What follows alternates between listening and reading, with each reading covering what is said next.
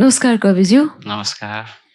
म चाहिँ व्यक्तिगत रूपमा हजुर सम्झनाहरू छैनन् मसँग उसँगका, हजुर यातनाहरू मात्रै छन्। हजुर ती यातनाहरू पनि म सम्झनामा मात्रै पनि नवीकरण गर्न चाहन्न। हजुर कहिलेकाहीँ कसैको नाम जबरजस्ती तपाईँको जीवनमा जोडिदिएर तपाईँको निष्कलङ्क जीवन कलङ्कित बनिदिन्छ। तपाईँलाई धेरै धेरै शुभकामना। हजुर हामीलाई यस्तै उत्कृष्ट कविताहरू सुनाइरहनु होला। चिठी।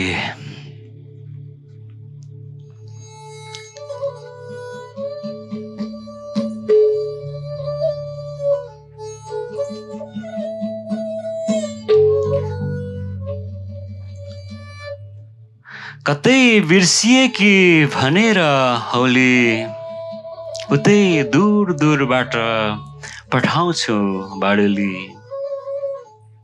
कतै बिर्सिए कि भनेर हौली उतै दूर दूरबाट पठाउँछु बाडुली।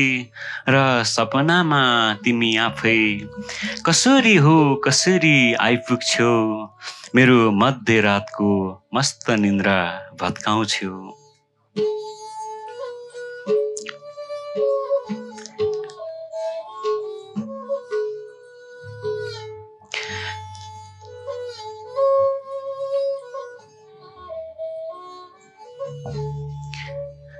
यी टाढाका सपनाहरू भन्दा त प्रिया कुनै दिन तिम्रै आँखाहरूबाट देखेका सपनाहरू पो विशेष लाग्थे र त ती दिनहरू खासका थिए।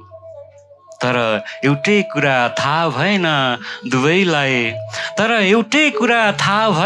दुवैलाई तिमी पृथ्वीको कुन अक्षीय यात्री थियो या थिए मै। त्यसैले हामी कहिले नभेट्ने ध्रुवहरू भयौं। ठिकै छ अब तिमी जता हौ यो झरना खोला र पाखा पर्वतहरूलाई साँची राखेर यहाँ यी बाडुली सपनाहरूको अर्थ यसरी लगाएको छु कि तिमी आजीवन यसै गरी आफ्ना सम्झनाहरू नवीकरण गरिरहनेछौ।